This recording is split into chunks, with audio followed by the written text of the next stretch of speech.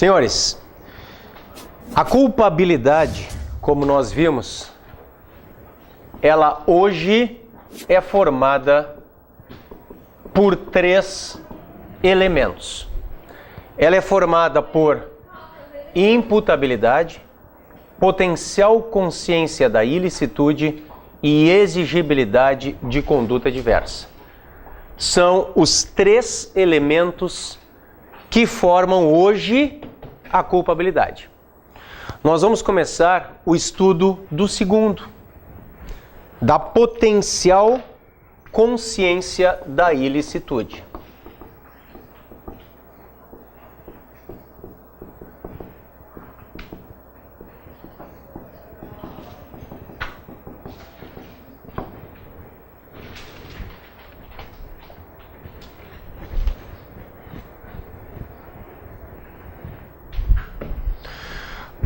Senhores, para que o réu ele possa receber uma sanção penal, é imprescindível que ele conheça ou que ele possa vir a conhecer a ilicitude do seu comportamento.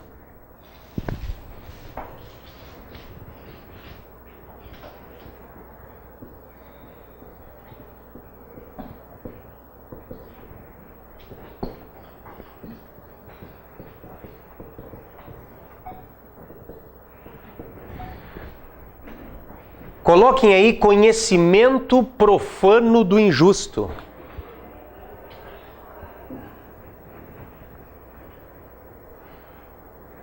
Coloquem aí valoração profana na esfera do injusto. Nós estamos falando da mesma coisa, mas são terminologias que vêm nas provas. A valoração profana na esfera do injusto. A terminologia do Zaffaroni para o mesmo elemento, o mesmo segundo elemento da culpabilidade. Profano, porque é o do leigo, porque é o do homem médio. É este tipo de conhecimento, o do homem médio, que é necessário para que este segundo elemento esteja caracterizado, ok? A valoração profana na esfera do injusto, o conhecimento profano do injusto, a potencial consciência da ilicitude. Por que profano? Repito, porque do leigo, porque do homem médio. Meus caros, não confundam a potencial consciência da ilicitude, o conhecimento profano do injusto, com o desconhecimento da lei. O desconhecimento da lei, ou seja, o desconhecimento sobre a própria existência do direito penal, de um código penal, o desconhecimento de que matar alguém é crime. Põe lá, meu caro, por favor. Ele é inexcusável. Olhem ali.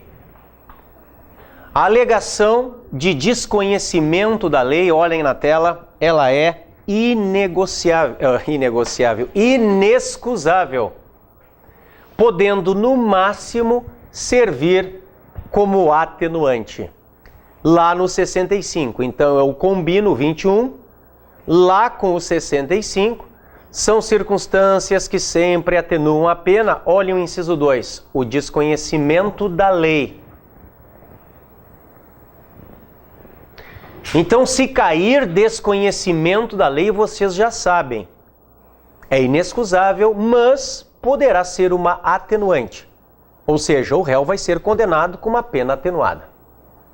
Então, de nada adianta o réu alegar que não sabia que matar é crime, que não sabia que estuprar é crime, que não sabia que sonegar impostos é crime. Esse tipo de tese é afastada pela primeira parte do 21.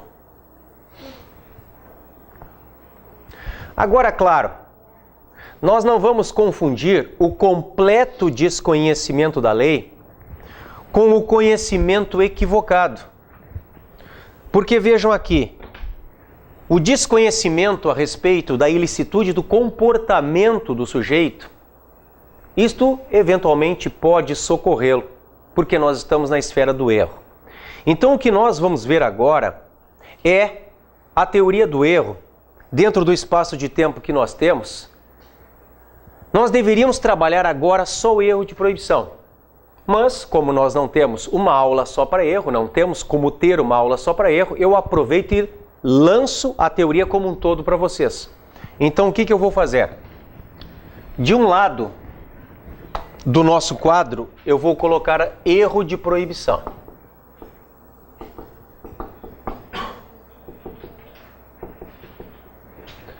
E do outro, eu vou colocar erro de tipo. Vou colocar entre parênteses essencial, para nós sabermos que não é o acidental. Depois eu falo sobre ele um pouquinho. Então vejam, nós temos o erro de proibição de um lado, o erro de tipo de outro. Repito, dentro da culpabilidade, só interessaria o erro de proibição. Mas nós vamos fazer um comparativo. Fica muito bom para vocês olharem os dois juntos. O que é um, o que é outro, onde é que está um, onde é que está outro, qual a consequência de um, qual a consequência de outro. Então aquilo que antes da reforma penal de 84 era chamado de erro de direito, hoje é chamado erro de proibição. O antigo erro de direito, ainda em Portugal é assim, ainda na Espanha é assim, ainda na Itália é assim, é erro de direito. Hoje é erro de proibição. Estou aqui em influência do direito alemão, porque o presidente das comissões que reformaram o Código Penal em 84, o Francisco de Assis Toledo, sujeito muito ligado à dogmática alemã, falava alemão fluentemente, os artigos dele sempre citando dogmática alemã, é uma influência do direito alemão. O antigo erro de fato hoje é erro de tipo. O antigo erro de direito hoje é erro de proibição. O antigo erro de fato hoje é erro de tipo. O erro de proibição está no 21. O erro de tipo está no 20 caput.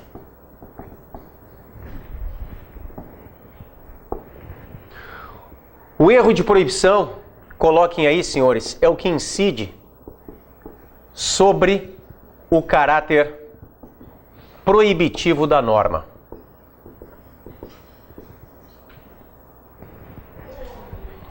Incide sobre o caráter proibitivo da norma.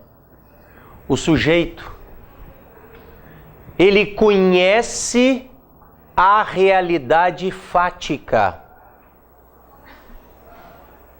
Só que ele acha que o que ele está praticando não é crime.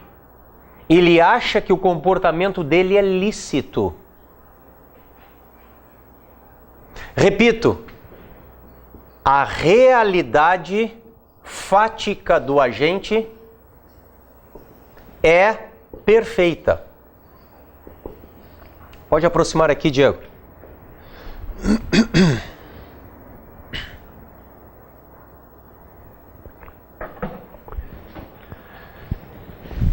Então é um erro que incide sobre o caráter proibitivo, ilícito da norma. O sujeito acha que pratica algo permitido, quando na verdade ele pratica algo proibido. A realidade dele, ela é perfeita, ele não está equivocado em relação à realidade fática dele. Ela é perfeita. Com os exemplos depois vocês vão entender muito bem. Do lado de lá, eu tenho um erro, o de tipo essencial, que incide sobre elemento constitutivo do tipo. O erro de tipo incide sobre elemento constitutivo do tipo. Aqui, senhores, a realidade do agente, a realidade fática do agente está equivocada. Está distorcida. Ele desconhece o real elemento do tipo.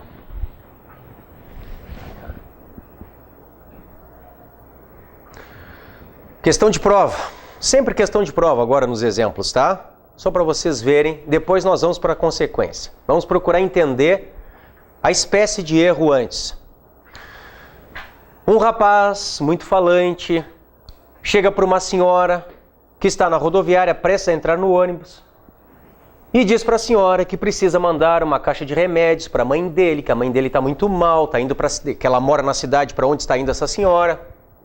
A senhora, que é religiosa, ela pega a caixa, acha que está fazendo uma bondade, mas durante o caminho é flagrada com 1 quilo de cocaína.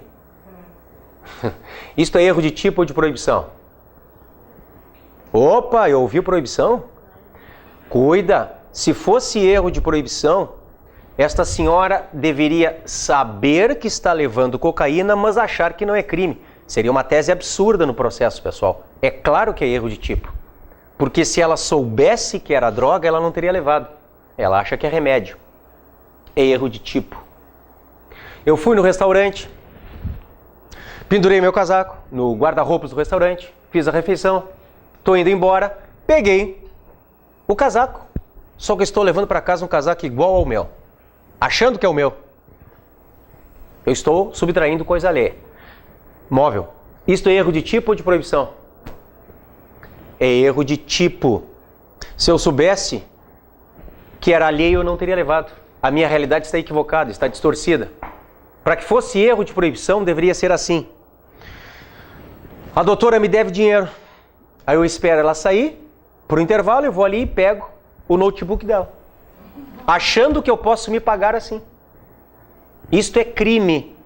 Isto é exercício arbitrário das próprias razões, artigo 345 do Código Penal. Só que eu acho que eu posso me pagar assim. Então eu sei o que eu estou fazendo, eu estou pegando coisa alheia e sei disso. A minha realidade é perfeita. Só que eu acho que não é proibido. Isto é erro de proibição. E por favor, se vier o caso do caçador, isso é tão batido, mas eles amam o caso do caçador. O caçador está procurando a presa, ele vê a moita se mexendo, ele acha que é o bicho e ele toca a bala. E acaba matando um cidadão que está atrás da moita, agachadinho, se escondendo, ou fazendo necessidades, ou sei lá o quê. Ele está agachadinho atrás da moita. Isto é erro de tipo ou de proibição? Só pode ser de tipo. Vejam, seria absurda a tese do erro de proibição, porque ele deveria saber que era um ser humano e achar que não é crime. É claro que é erro de tipo, porque ele acha que está atirando num bicho, quando na verdade ele erra o elemento do tipo, porque o alvo, na verdade, é um ser humano, não é um animal. É erro de tipo. Alguma dúvida sobre a diferença entre erro de tipo e de proibição? Esta tese de erro de proibição, ela acaba sendo muito invocada em crimes ambientais. Tu vais encontrar lá na 4ª Câmara, porque ele está embasado, é um sujeito semi-analfabeto que está à frente do executivo, mas embasado. É verdade, mal sabe assinar o nome alguns. Repito, semi-analfabeto. Só que ele tem um advogado, que é o procurador do município, que fez um parecer e ele diz, eu comi na mão do advogado, não sou jurista, não sabia que isso era crime. Vais encontrar. O caso do holandês que vem fumar maconha no Brasil, ou o caso da holandesa que vem fazer aborto no Brasil. Então cai na prova de vocês o holandês que veio para a Copa do Mundo, que foi ver a Holanda no Rio e que resolveu lá em Copacabana fumar um fininho, porque ele pode fazer isso no coffee shop lá em Amsterdã. Quer dizer, esta é a tese do erro de proibição, porque o sujeito sabe o que está fazendo. Vejam, que é diferente daquela senhora que não sabia que era droga.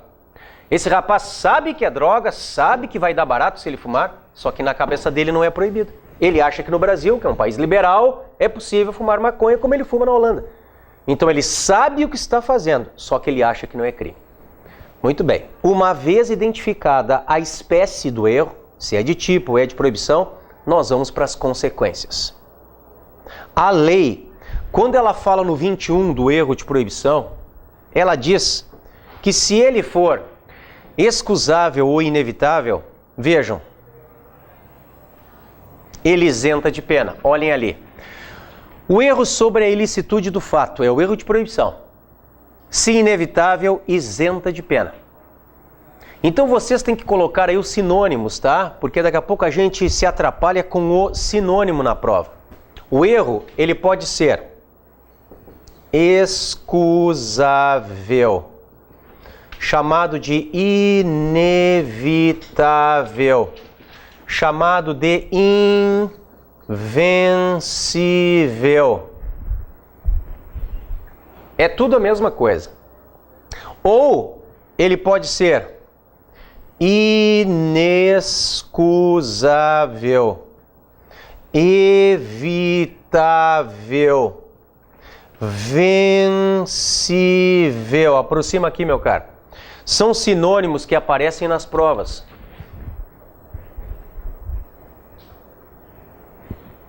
E os dois podem, o de proibição e o de tipo, podem ser, os dois podem ser ou excusável de um lado ou inexcusável de outro. Então vamos lá.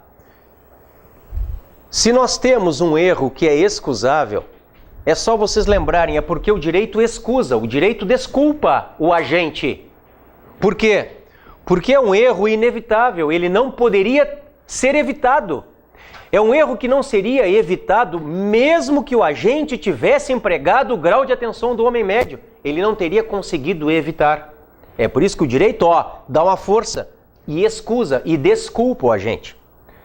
Vocês têm que pensar o seguinte: se o erro é excusável, algum elemento do crime cai. Como a lei, põe lá, meu caro, ela fala que o erro de proibição, que é o erro sobre a ilicitude do fato, se ele for inevitável, o inevitável é o excusável. Ele isenta de pena, está excluindo o que, senhores? Culpabilidade, é o que eu disse para vocês hoje quantas vezes.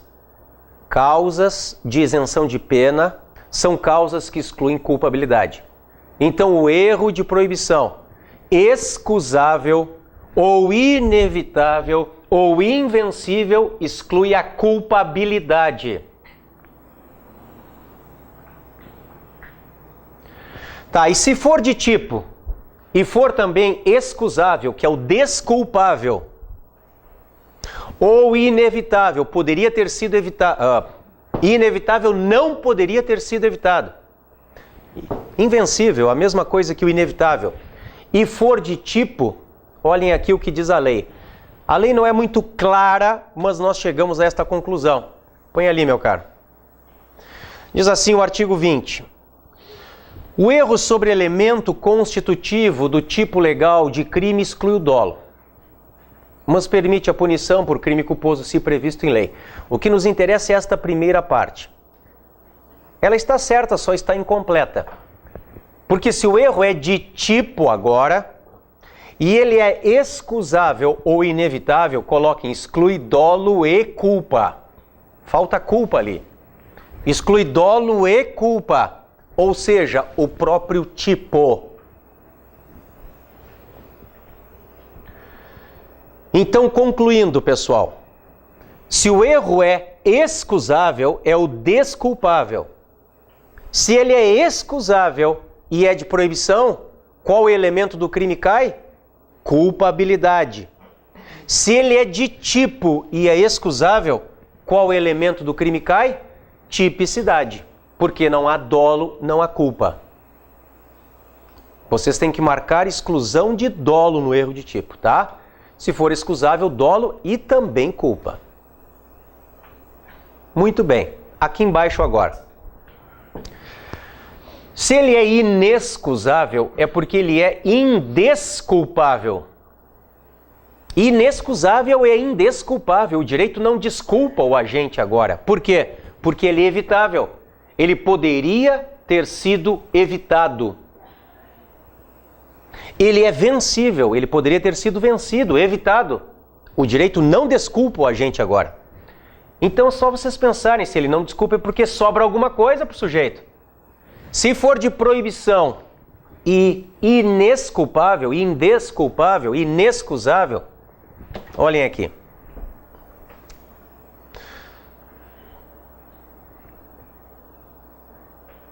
É a segunda parte. Na verdade, a terceira, né? O desconhecimento da lei inexcusável, o erro sobre a ilicitude do fato, se inevitável isenta de pena, ponto e vírgula, se evitável, poderá diminuí-la de um sexto a um terço. Vocês vão colocar o seguinte: se o erro de proibição ele é inexcusável ou evitável, ele funciona como causa geral de diminuição da pena.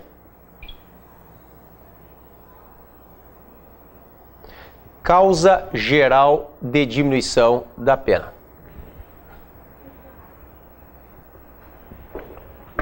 Se perdeu? Não, vamos lá. A gente está trabalhando aqui embaixo agora, né? Com um erro que é indesculpável. É inexcusável. Então sobra alguma coisa para o agente, porque o direito não desculpa ele. Beleza? Porque o erro poderia ter sido evitado. Se ele é de proibição, a lei diz que ele só funciona como causa de diminuição da pena. Então o sujeito vai ser punido. Só que, em favor dele, vocês vão aplicar uma minorante, uma causa geral de diminuição da pena. Então o erro de proibição, que é inexcusável, indesculpável, ele manda punir o agente com pena menor. Ok? Como se diz, é uma culpabilidade dolosa atenuada. Seria minorada, né? Agora, se ele é de tipo, senhores, e ele é inexcusável, indesculpável, ou é evitável, ou é vencível, são sinônimos, a gente volta para o 20. Põe ali, meu caro. Olha lá. O erro sobre elemento constitutivo do tipo legal de crime exclui o dolo, vírgula, mas permite a punição por crime culposo se previsto em lei. Então, se ele é inexcusável, coloquem só exclui o dolo. Saúde! Só exclui o dolo. E permite a punição do agente por culpa. Permite a punição do agente por culpa se houver previsão legal. Permite a punição do agente por culpa se houver previsão legal. Às vezes há, às vezes não há. Se cair o caso do caçador é uma barbada, tá? Então vamos lá, o caçador viu a moita se mexendo, achou que era um bicho, tocou bala, mas matou um ser humano. Nós já chegamos à conclusão que isto é erro de tipo. Se vocês entenderem que o erro do caçador é excusável, ou seja, os caçadores teriam agido como agiu o caçador, se o homem médio teria agido como agiu o caçador, vocês vão excluir dolo, vão excluir culpa, vão excluir o tipo, o crime. Agora, se vocês entenderem, como eu entendo, data vênia, que o caçador foi um baita irresponsável, que com o mínimo de esforço ele poderia ter visto que era um ser humano e não um bicho, não era uma onça, era um sujeito sentadinho atrás da árvore, vocês vão punir o caçador por homicídio culposo. Agora, e se for aquela senhora da rodoviária, que achou que estava fazendo uma bondade, levando uma caixa de remédios, mas estava levando 1 quilo de cocaína? Se nós partirmos do pressuposto que o homem médio teria agido como agiu aquela senhora, não há dolo, não há culpa, não há crime, fato atípico. Mas e se nós entendermos que aquela senhora foi uma baita irresponsável, que com o mínimo de esforço ela poderia ter visto que era droga, era só abrir a caixa, que ela tinha que ter se certificado a origem daquilo, quem é o sujeito, enfim. Ela foi uma incauta, uma irresponsável, o erro dela é inexcusável. Ela responde pelo quê? Nada. Por que nada? Porque erro de tipo inexcusável, como é o caso da senhora no segundo exemplo, ele pressupõe que exista tipicidade culposa e não existe tráfico culposo no Brasil. Então, neste segundo caso, por ausência de tipicidade culposa, nós ficamos no âmbito da impunidade. Não tem o que fazer. Então, vocês punem aqui no erro de tipo inexcusável se houver crime culposo. Às vezes há, às vezes não há. Se não houver, não temos o que fazer a não ser declarar a extinção da punibilidade, arquivamento dos autos, etc, etc. Tudo bem até aqui, senhores? Então agora a gente segue dando uma verticalizada em cada um deles. Olhem só.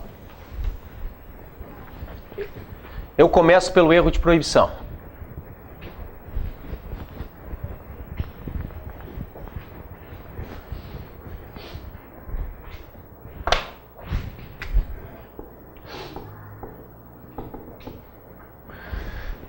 Já apareceu próprio, tá, pessoal, na prova. Ele aparece mais como direto, mas já apareceu próprio. Direto ou próprio, tá? Ok? Coloquem aí. O agente desconhece o caráter ilícito da norma, ou, eu vou botar assim, conhece-o, mas o interpreta mal. É o que nós acabamos de ver. É o erro de proibição propriamente dito. É o direto. Se for excusável ou inevitável, exclui a culpabilidade. Se for inexcusável ou evitável, só diminui a pena. Lá está ele no 21. É o que nós acabamos de ver. Então, vamos para o próximo. Indireto.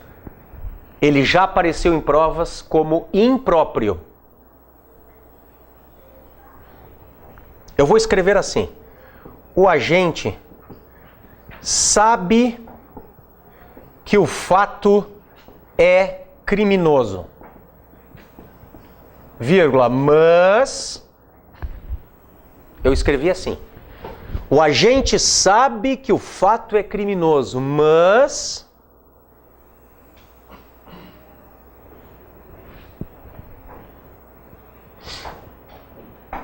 Vou colocar aqui.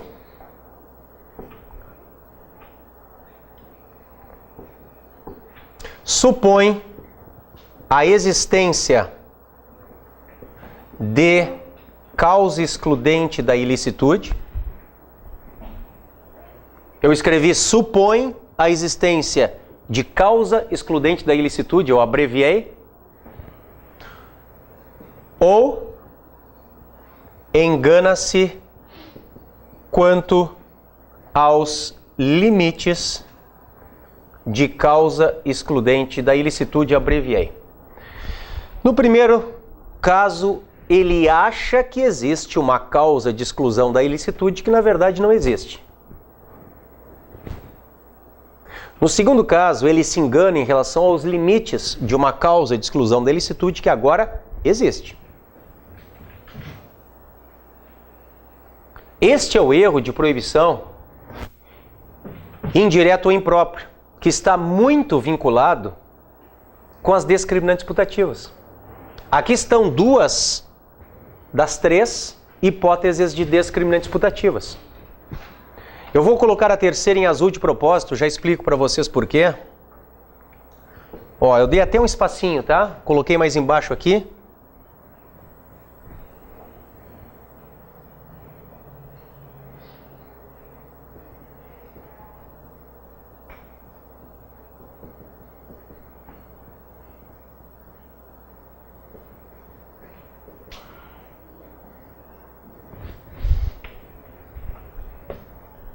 Eu estou escrevendo em azul o seguinte agora.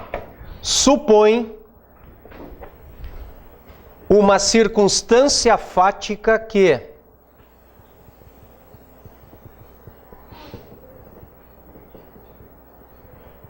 vírgula, se existisse, vírgula, tornaria a conduta legítima.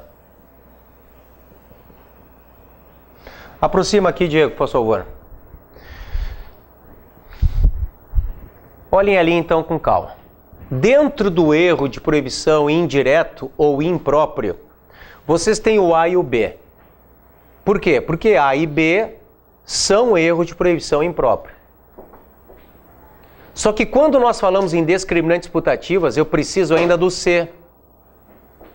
Quando nós falamos em discriminantes putativas, nós falamos em três hipóteses. A, B e C. As duas primeiras são chamadas de erro de proibição indireto ou, quem é que me diz o sinônimo? Olha aqui que pegadinha. Erro de permissão. O erro de proibição indireto é o erro de permissão. Então, as duas primeiras, A e B, são erro de proibição, o chamado erro de proibição indireta ou erro de permissão. E agora vem o mais legal. Isso tanto para a teoria extremada da culpabilidade, quanto para a teoria limitada da culpabilidade. As duas. As duas teorias da culpabilidade. A extremada, teoria extremada da culpabilidade e teoria limitada da culpabilidade. As duas teorias da culpabilidade dizem que as duas primeiras hipóteses de discriminantes putativas são erro de proibição indireto, ou é sinônimo erro de permissão. Não tem discussão.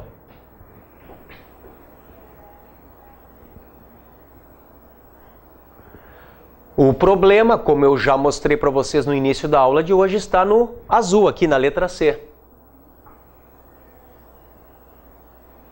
Porque ali nós temos aquela discussão, põe na tela, meu caro, que está aqui no parágrafo 1º. Vejam que, embora se fale discriminantes putativas aqui no parágrafo 1º, eu só tenho uma das 3 hipóteses de discriminantes putativas. O parágrafo 1º não fala da existência da causa de exclusão da ilicitude, não fala dos limites da causa de exclusão da ilicitude, só fala de quê? Da situação de fato. Só da terceira hipótese. Vamos lá, para tentar ficar mais claro para vocês ainda. Digamos que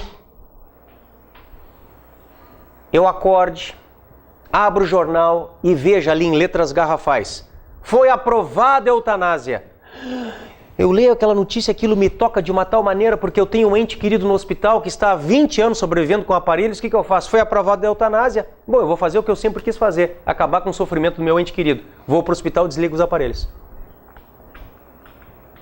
Achando que eu estou legitimado. Só que a eutanásia no Brasil é crime. É homicídio privilegiado. É crime.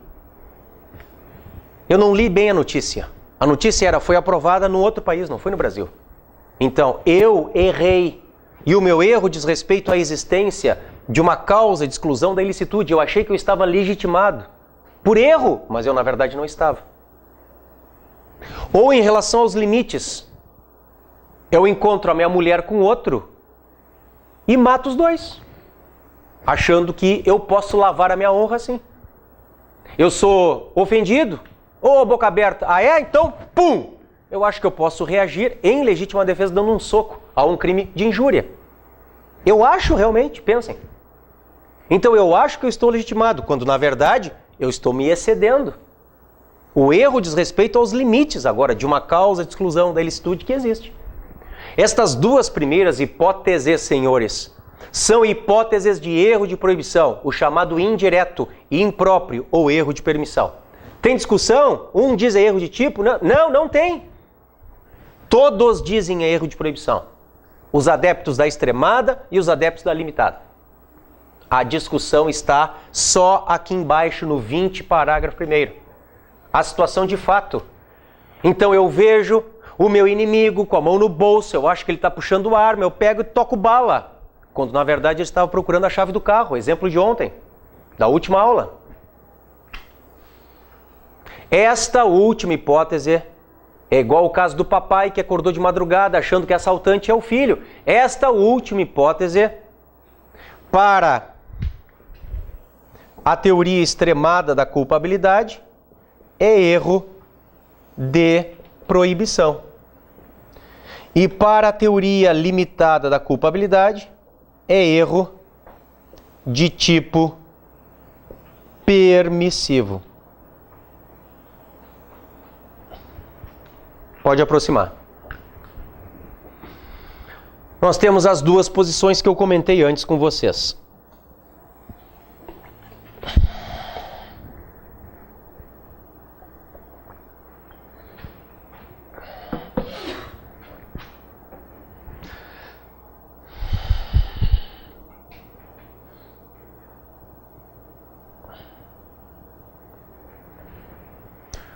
Pessoal, nós já tivemos segunda fase dissertativa do MPRS, não foi de juiz, foi do MP, mas muitos examinadores se repetem. Não vai ser o caso desse concurso de vocês, muitos se repetiam nos concursos, em que a questão foi assim: diferencie erro de permissão de erro de tipo permissivo. Essa foi a questão. Cuidem, diferencie erro de permissão de erro de tipo permissivo. Vocês tinham que fazer esta breve digressão que eu fiz aqui.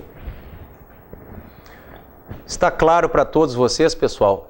Eu acho que isso aí na primeira fase não vai vir. Acho que ela não vai descer a tanto aqui, tá?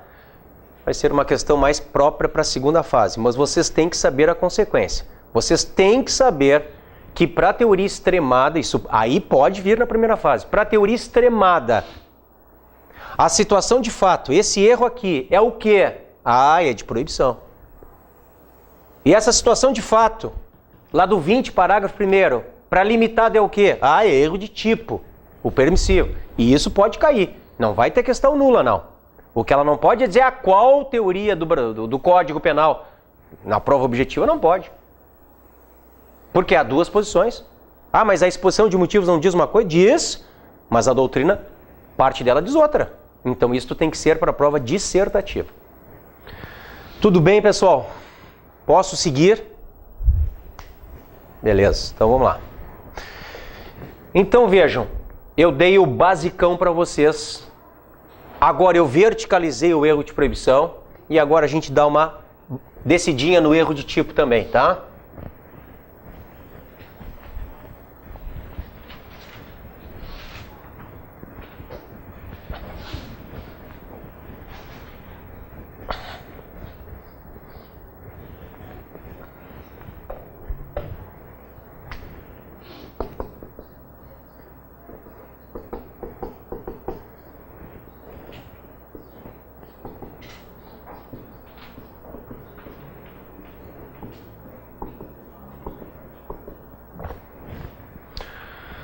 Vocês já sabem o que é erro de tipo. Já sabem o que é erro de tipo essencial. Por que ele é essencial? Porque ele incide sobre elemento essencial. Simples assim. Erro de tipo essencial incide sobre elementar. Sobre elemento essencial, elementar do crime. Por isso que ele é essencial. E por que ele é acidental? Porque ele incide sobre elemento acessório, não elemento essencial, elemento acessório. Então vamos falar agora sobre o erro de tipo acidental, o que incide sobre elemento acessório, secundário.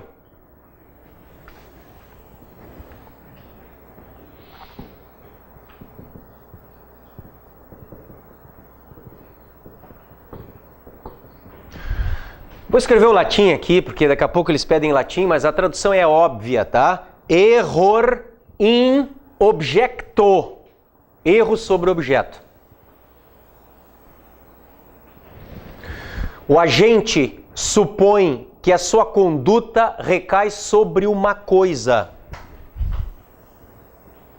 O agente supõe que a sua conduta recai sobre uma coisa, quando na verdade recai sobre outra. Vocês vão começar a ver que todas as hipóteses de erro de tipo acidental, elas não socorrem, não beneficiam o agente. Todas as hipóteses de erro de tipo acidental. Agora não existe mais aquilo, é excusável, é inexcusável, exclui crime. Não existe mais. No erro de tipo acidental, ele é punido. No erro de tipo acidental, não há exclusão do crime ou isenção de pena. Vocês daqui a pouco usam outro fundamento. Tudo bem, mas aí é outro fundamento. Pelo erro, vocês não excluem o crime mais. Pensem comigo. O sujeito, ele acaba subtraindo o relógio da vítima. Ele vê um relógio bonito, grandão, todo chique, escrito Rolex, todo douradão. Aí ele leva até o avaliador, que é o receptador, e o cara diz, Tu entrou numa fria, isso aqui é um baita falsifique. Pessoal, pelo erro, ele não vai ser beneficiado. Vocês me entendem? Ele vai responder pelo crime. Só que daqui a pouco vocês invocam outro fundamento. E o outro fundamento, em regra, tem sido o princípio da insignificância. Seria mais ou menos assim. Ele foi no mercado subtrair 1 quilo de farinha. E aí, por erro, ele subtraiu 1 quilo de açúcar, que ele confundiu na hora ali. Ele vai responder pelo furto. Repito, pelo erro, vocês não podem excluir nada. Se vocês quiserem beneficiar o agente, vocês vão usar outro fundamento que não tem nada a ver com erro, que é o princípio da insignificância. Depois, error in persona. Coloquem erros sobre a pessoa. O agente confunde a sua vítima com outra. Este é o error in persona. O agente confunde a sua vítima com outra. E aqui, meus amigos, nós levamos em conta as condições ou qualidades pessoais da pessoa visada, não da atingida, da visada, da pretendida. Nós levamos em conta as condições ou qualidades pessoais da pessoa visada, da pretendida, não da que efetivamente foi atingida.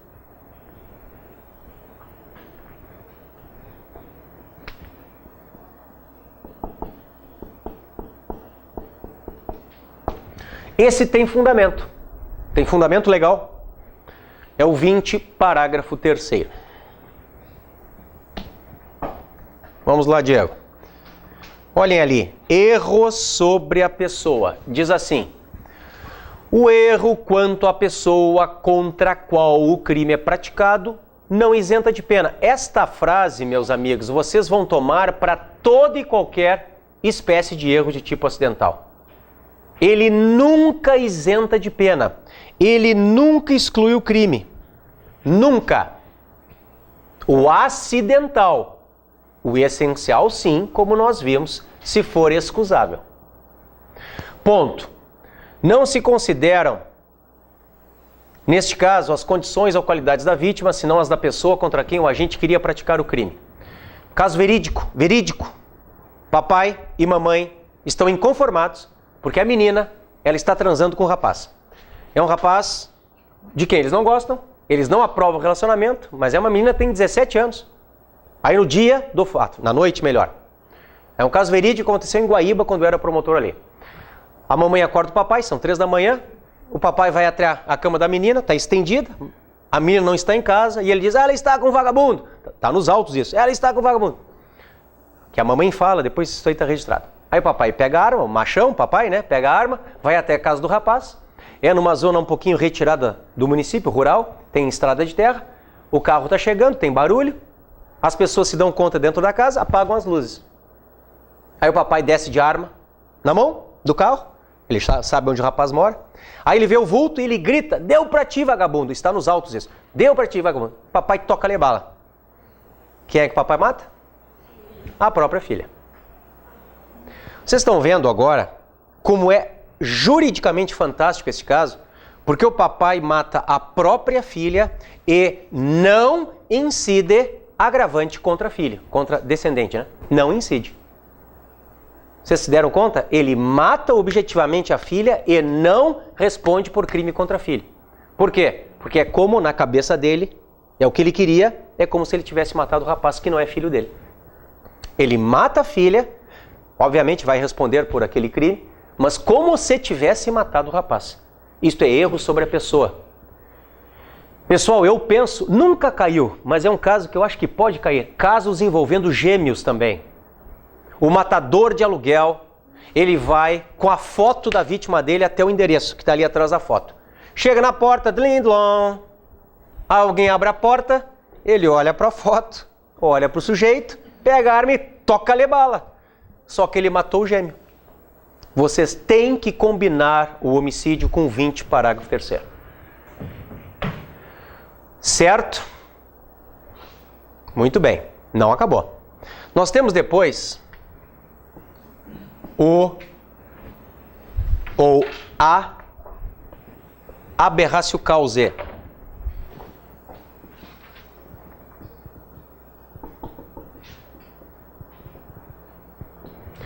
Aberratio causae. Coloquem que é o erro sobre o nexo causal. Erro sobre o nexo causal.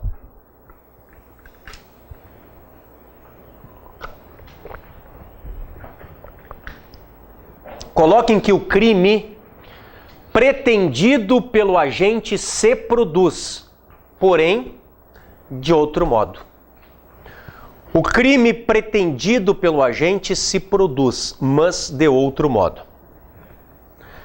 Eu estou atrás da minha vítima, dando tiro nela, eu quero matá-la e toco-lhe bala e a vítima foge, eu toco-lhe bala e a vítima foge, eu atrás dela, até que ela sai correndo e é atropelada. Até que ela escorrega, ela cai no desfiladeiro e morre pela queda, bate a cabeça e morre. Eu queria matar? Queria. Matei? Matei, mas de outra forma. É claro que eu respondo pelo homicídio. Então, um desvio no nexo não me favorece, eu respondo pelo crime. Eu respondo sempre se o erro de tipo é acidental. Lembrem disso, sempre. Alguns autores, eu já falei isso para vocês também, dizem que a aberratio causae é a mesma coisa que dolus generalis. Ou erro sucessivo, que eu vi com os senhores quando nós analisamos dolo. Alguns autores dizem que é a mesma coisa. Eu defendo que não é, coloco isso no meu livro, e a minha justificativa é a seguinte, vejam se vocês concordam. Quando nós falamos em aberratio causae, basta uma conduta por parte do agente, do atirador. Agora, no dolus generalis, pelo menos duas. Porque aqui no dolus generalis, eu pratiquei uma conduta e achei que tinha produzido resultado. Eu dei a paulada na cabeça da vítima e acho que matei. E agora vem uma outra conduta, que é enterrar ou é jogar no mar. E é essa que vai matar. Lembrem? Falamos disso em sala de aula já. Então, pelo menos duas lá. Mas eu repito, ninguém desce tanto. Vocês podem olhar os livros aí. Ninguém desce tanto. Eles dizem é a mesma coisa, são sinônimos e tocam bala. Vamos para frente. Aqui não. Não veio na aula, né? Autoridade. Matou a aula?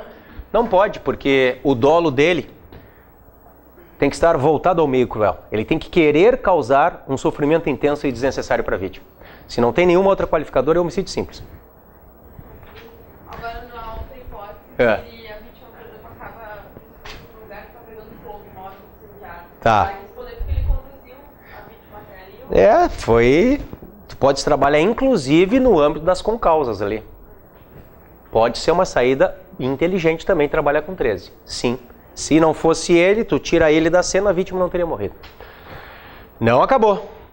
Nós temos depois a aberratio ictus.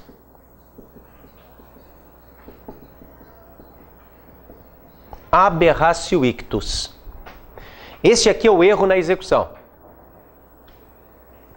Aberratio ictus é o erro na execução. Aberratio ictus é o erro de pontaria. E agora também tem fundamento. É o 73.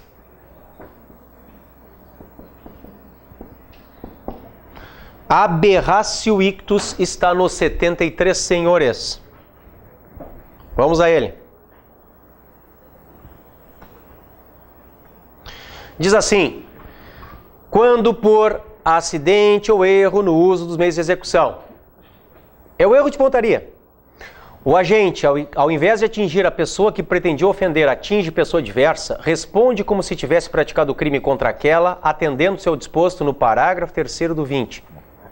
Vejam que o 73 remete ao 20, né?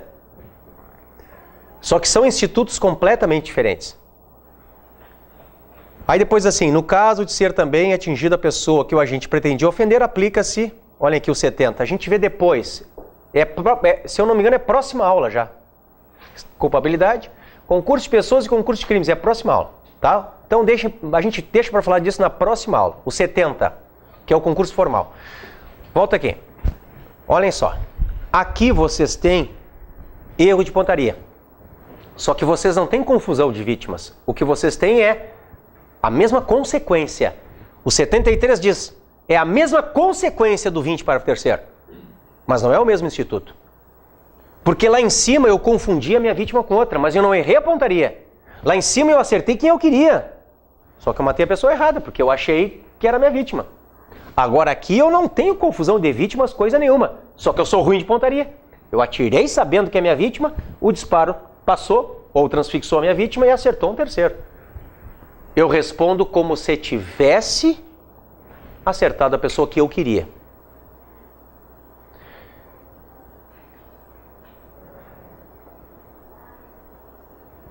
Aqui, pessoal, na aberratio ictus, esse erro de pontaria é de pessoa para pessoa, tá? É a diferença do próximo instituto. Então, aqui na aberratio ictus, o erro é de pessoa para pessoa.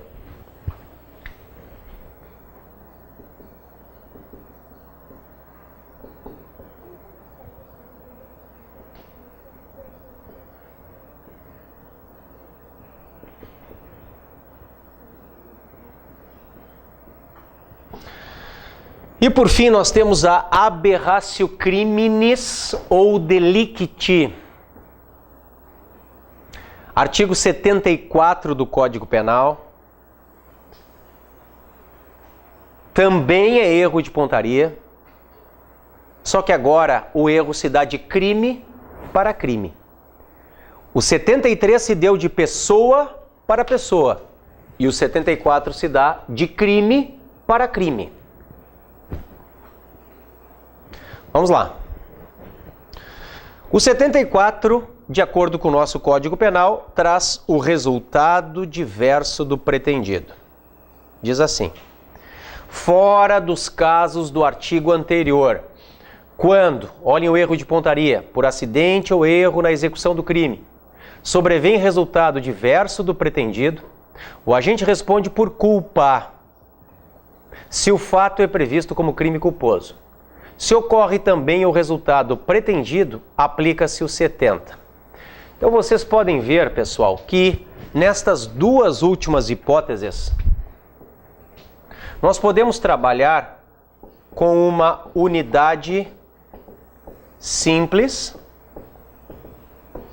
ou com uma unidade complexa. Como assim unidade simples? Lá em cima eu tenho apenas o resultado que não é desejado. Só o não desejado lá em cima. Só um resultado, o não desejado, porque eu errei a pontaria. Agora aqui embaixo, na unidade complexa, eu tenho o resultado não desejado mais o desejado. Aqui na complexa eu acertei os dois, quem eu queria e quem eu não queria. Ou seja, eu tenho um só resultado na unidade simples e eu tenho dois ou mais resultados na unidade complexa. O pretendido e o não pretendido.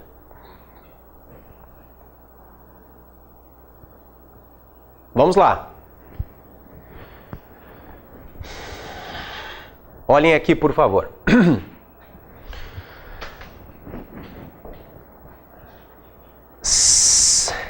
C.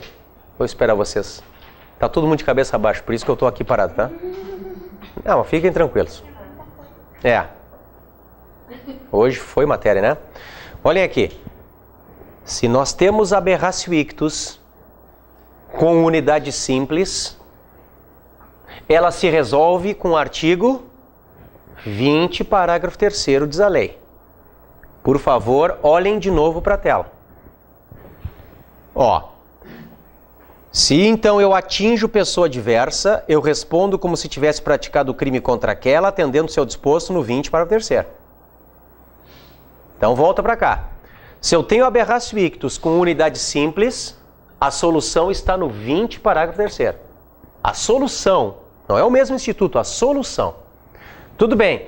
E se eu tenho aberratio ictus com unidade complexa, a solução está no 70, concurso formal de crimes. Põe ali, Diego. No caso de ser também atingida a pessoa que o agente pretendia ofender, aplica-se a regra do 70. Eu tenho concurso formal de crimes. Nós não vamos ver concurso de crimes agora, claro, tá? É aula que vem, então segurem aí. Só estou vendo as consequências com vocês. Se eu tenho o resultado diverso do pretendido, aberratio criminis ou delicti, com unidade simples, se resolve com o quê? Vejam, na unidade simples eu só tenho o resultado não pretendido, um só. Se resolve com culpa. Se resolve com culpa, se houver crime culposo. Põe na tela.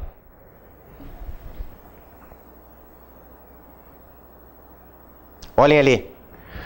Fora dos casos do artigo anterior, quando por acidente ou erro na execução do crime sobrevém resultado diverso do pretendido, o agente responde por culpa, se o fato é previsto como crime culposo. Então, meus caros, eu joguei a pedra para quebrar o vidro. É isso que eu quero dano. Só que eu errei a vidraça e acertei uma pessoa na cabeça. Se eu matei, eu respondo por homicídio culposo. Se eu feri, eu respondo por lesão culposa. Beleza? Agora, se aberratio criminis é a unidade complexa, então além de quebrar o vidro, eu acertei uma pessoa, resultado pretendido, vidro, mas não pretendido, pessoa. De novo, concurso formal de crimes, põe lá, aplica-se a regra do 70. Se eu fosse examinador, eu perguntaria o seguinte para o sujeito. Na prova oral. Doutor, me explica aberratio criminis ou delicti. Olha, isso aqui nós temos dois bens jurídicos, agora eu tenho erro de pontaria. O agente, por acidente ou erro no uso dos meios de execução, ele atinge um resultado diverso do pretendido. Pode ser unidade simples, pode ser complexa. Ah, ok, me explica a simples. Olha, a simples ele só atinge o resultado não pretendido, só o não desejado. Tá, mas qual é a consequência? Ele responde por culpa. Se houver crime culposo. Beleza. Vamos lá. O sujeito atirou contra uma pessoa para matá-la, disparou. Só que errou o tiro, ele é ruim de pontaria. Esse tiro passou e só acertou a lataria do carro que está do lado. Me resolva. Me resolva? Me resolvam. Não existe dano culposo, então o fato é atípico. É? Claro que é tentativa de homicídio. Claro que é tentativa branca de homicídio, tá? Se o resultado diverso do pretendido, ele é mais grave e não há forma culposa do menos grave, vocês não usam o 74. Vocês não trabalham com o 74, tá? É uma pegadinha. Porque daqui a pouco o sujeito quer ser tão técnico que se ele usasse o 74, ele teria que dizer, olha, é atípico, já que não há dano culposo no Brasil. Em regra, né? Na lei dos crimes ambientais há. E no Código Penal Militar também. Tá? Beleza?